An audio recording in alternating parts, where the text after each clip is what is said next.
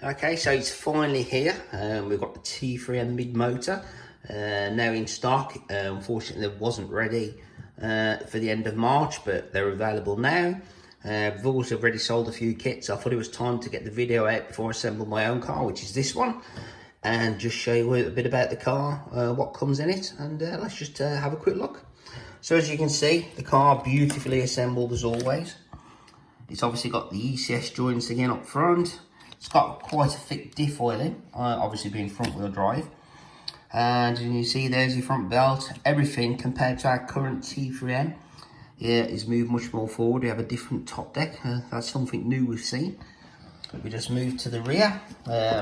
It looks like they've made a diffuser on the rear connected to the chassis. We have our wonderful roll bar system, the same as the T3m.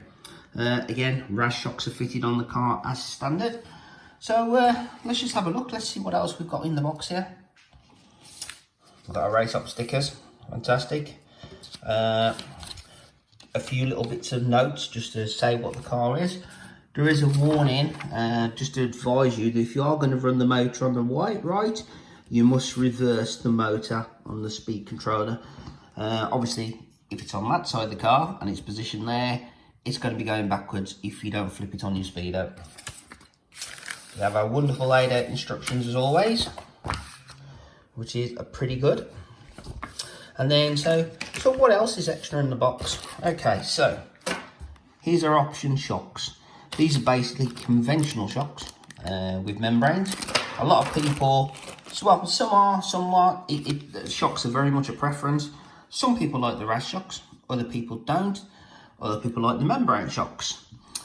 I think the main thing about the Raceopt was that people were saying if they had an heavy crash, because of the way they are assembled, one of the issues was because it doesn't pop off the ball joint like the existing ones we had, you would break your shock tube and do more damage.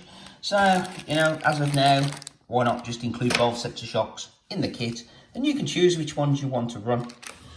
One thing I will say about the shocks, this is quite important. Now, on the bottom of the Raceopt, you will see there is an alloy ball cup. There it is, or alloy spring retainer, sorry. And that's holding the spring. Now, that is what they call a -3 retainer. On the option shocks, have a plastic one. That is not -3. So therefore, your car would sit 3mm higher. So when you fit these springs, these shocks, we recommend you change that collar and put that collar on these shocks. Otherwise, you'll have problems obtaining the right height of 5mm. Right, let's just show you those. Obviously, with the shocks, we've included the balls that go inside, so you just insert those. So you've got a fully swappable set of shocks, which is fantastic. And then what else have we got in the bag? Okay, so let's have a quick look what we've got here. Okay, so it looks like there we have the aerial tube. We have some optional pistons for the Raceopt, so if you want to configure them, including ones you can drill yourself if you want to make your home configuration. There's your piston locker for when you adjust it, and you've got a fantastic, if you look, you've got a nice wrench there for adjusting your turnbuckles. Again, all in the kit to stand, this all sounding very good. And then we come to the actual rest of the kit. Giving you opinion, not sure what ratio and that puts the car on at the moment. I've not really looked into it. Like I said, this is the first I've opened it. You've got some optional battery mounts, which is fantastic. I assume that's going to be for the shorty lipo. So you can put your shorty if you want to put your shorty across, which is great.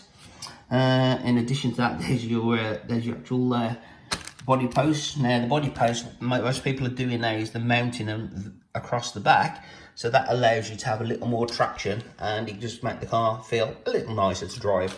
What I will say is it can be quite tricky to mount, so be careful when you start hanging the body off the back. It's all possible, and it's a nice feature. Now let's have a quick look. This is one of the nice features. So we've got the plates here. They're actually quite heavy. I think that one's around about 30ish, and that one's about 60 some odd grams. But that is a fantastic brass plate, and it's milled, so it's shaped to the bumper. Now, if anybody that knows our cars, you will probably realise that that will fit certain other brands of cars. So that is something we can supply and sell extra as people. I think my only gutting part about this is running it outside and scratching this nice piece of brass engineering. It's a shame, but it's necessary, of course. And that's not much I can tell. We do have all the spares in stock already. I'll just show you a few things that I'm pondering over at the moment.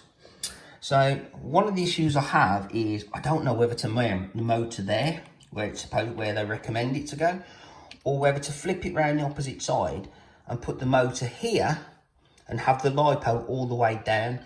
What I do need to check is my electrics to make sure I've got enough room to run the wire from there to the receiver. I would have to put the receiver at the back if I was going to mount it in its current configuration. So I need to do some experimentation just to make sure things fit as I hope they do. Other than that, yeah, it really is a nice piece of kit. Carries over a lot of features from the T3m, and I'm sure, you know, a lot of parts are fit. I was actually looking at the chassis with me and some of the guys, and we actually think this chassis would actually fit the T3m car, which is quite a nice thing to know. Maybe it's even possible to convert a T3m over to one of these. Maybe a lot cheaper to do if somebody's interested. You know, but it does carry the rest of the wishbones and everything else. You've got your usual configuration, which is your 2 degrees and 2.5 degrees and the 1.5 degrees adjustment, which is fantastic. And that's pretty much it on this video for now. I am going to do some changes. I will be fitting the option shocks myself. Not because I don't like the race shocks, it's just for indoor racing. I just feel that the membrane shocks give you a better control of the car. It does feel a bit nicer. But let's show you what we've done to do a bit extra in the UK for our customers.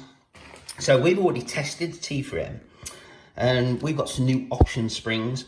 So what we've decided to do is to give our customers, you can either have the gold springs, which is about 2.5, or you can have the silver springs, which we reckon is very close to 2.6, 2.7. Both are linear springs, and we've already tested this. We use silver on the front and we use gold on the rear, and we found that the car is absolutely fantastic for the feel. Now, one thing that I am doing for myself is I'm going to fit the optional Freehold pistons, and they will go into, obviously, into my normal shocks.